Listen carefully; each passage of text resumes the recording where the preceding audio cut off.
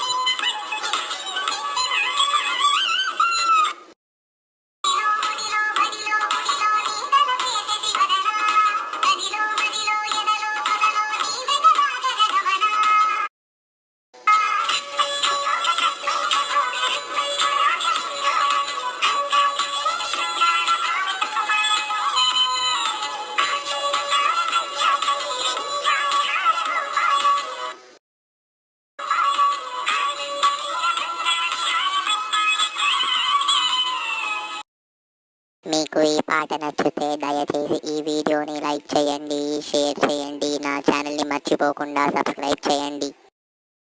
Bye bye.